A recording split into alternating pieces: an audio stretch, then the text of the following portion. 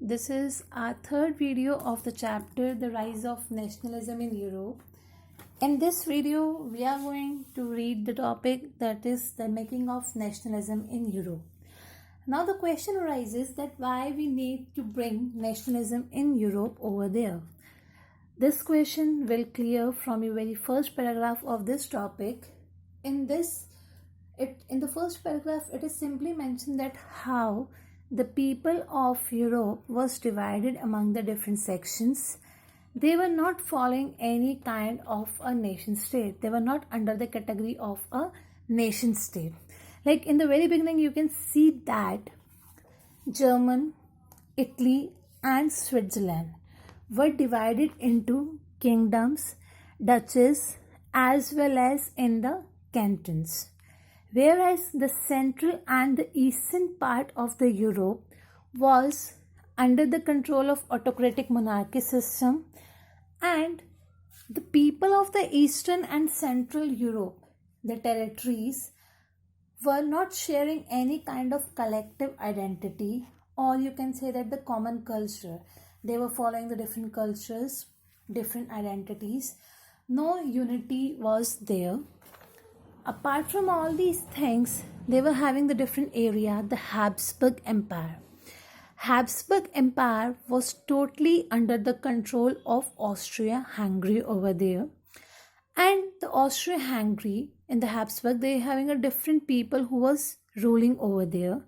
As you can see that we were having the Alpine regions.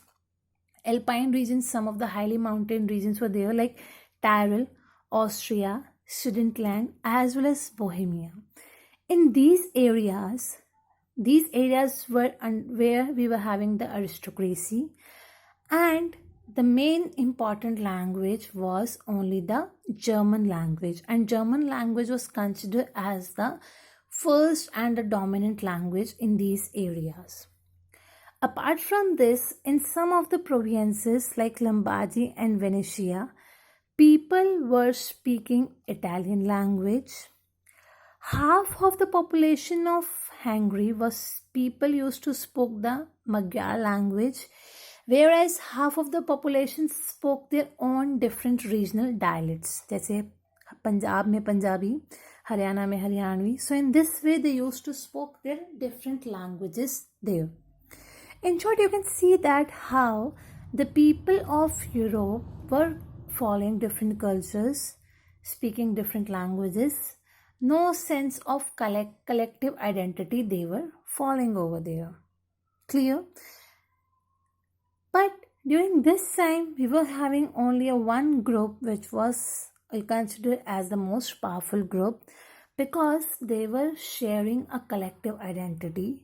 The group was united over there, and this was a powerful group in the social as well as in the political aspects as well. Or you can say that aristocracy was the dominant class that time. They used to share the common way of life in the different regional divisions over there. Here, to show their high cultures or the high society, these people used to speak French language. The families of aristocracies and the middle class were auto-connected with each other by the ties of the marriages. One family of the aristocracy, two families, number of families were there. They used to do the marriages in particular in their own classes only. Majority of the population of this aristocracy was the peasants. But somehow when in France industrialization began, at this time they start taking active participation as an industrialist. Clear? And the process of industrialization took part in the second half of the 18th century over there.